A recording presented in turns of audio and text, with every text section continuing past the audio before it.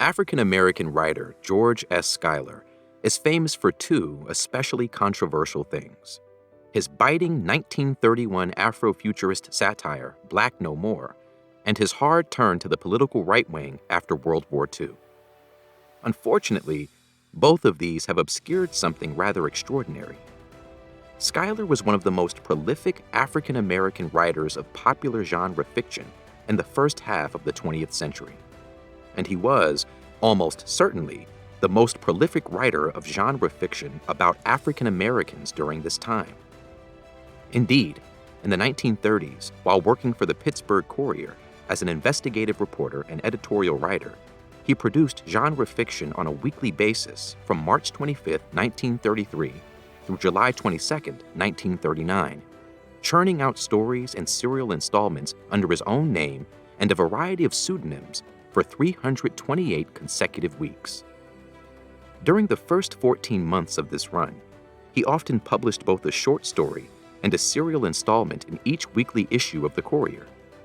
With installments and stories running about 1,500 words each, over this period of slightly more than 6 years, he published well over 500,000 words of genre fiction, including early examples of Black detective fiction, along with romance, adventure, sports, confessional, and speculative fiction.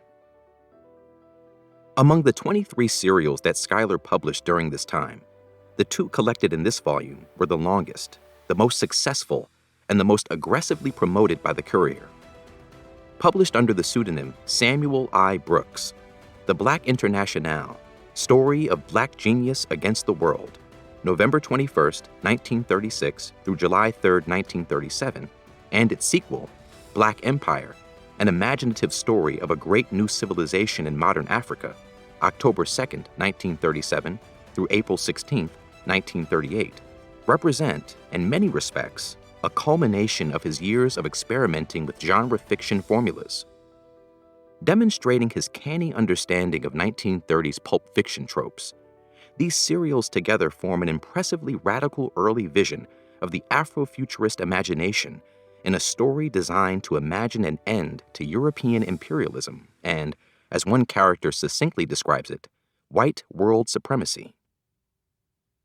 In many respects, Schuyler was the consummate newspaperman, and so it is no surprise that he makes the narrator of the Black Empire serials, Carl Slater, a reporter for the fictional Harlem Blade.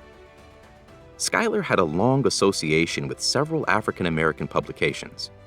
He began his long-running editorial column, Views and Reviews, for the Pittsburgh Courier in late 1925, and he served as an editor of The Messenger, Chandler Owen and A. Philip Randolph's Socialist Harlem Renaissance Journal, until its demise in 1928. Following this, he was tapped to edit the Illustrated Feature section, a new tabloid insert owned and distributed by William B. Ziff, a white advertising agent who secured advertisements for a significant number of Black newspapers. The Illustrated Feature section debuted, under Schuyler's editorship, in November 1928 with the first installment of Chocolate Baby, a story of ambition, deception, and success, lavishly illustrated on the tabloid's cover. This short romance serial was credited to Samuel I. Brooks, the first time Schuyler used his nom de plume to mask his identity and conceal his multiple roles in a publication. The Illustrated Feature section initially claimed inclusion in 16 associated newspapers, including the Pittsburgh Courier, and by mid-1929, its reach had extended to 34 of America's most prominent colored newspapers. Schuyler soon found himself unhappy with this work on what he called moron fodder, and with being in Chicago, and he left the Illustrated Feature section after only a couple of months. For the next couple of years, Benjamin J. Davis Jr., later famous as the lawyer for labor organizer Angelo Herndon and as a communist New York City councilman, took over editing the tabloid, which finally disappeared in 1932. While brief, Schuyler's work with the Illustrated Feature section helped establish a model and an expectation for the inclusion of genre fiction in African-American newspapers that continued through the 1930s and beyond in weeklies like the Pittsburgh Courier and the Baltimore Afro-American.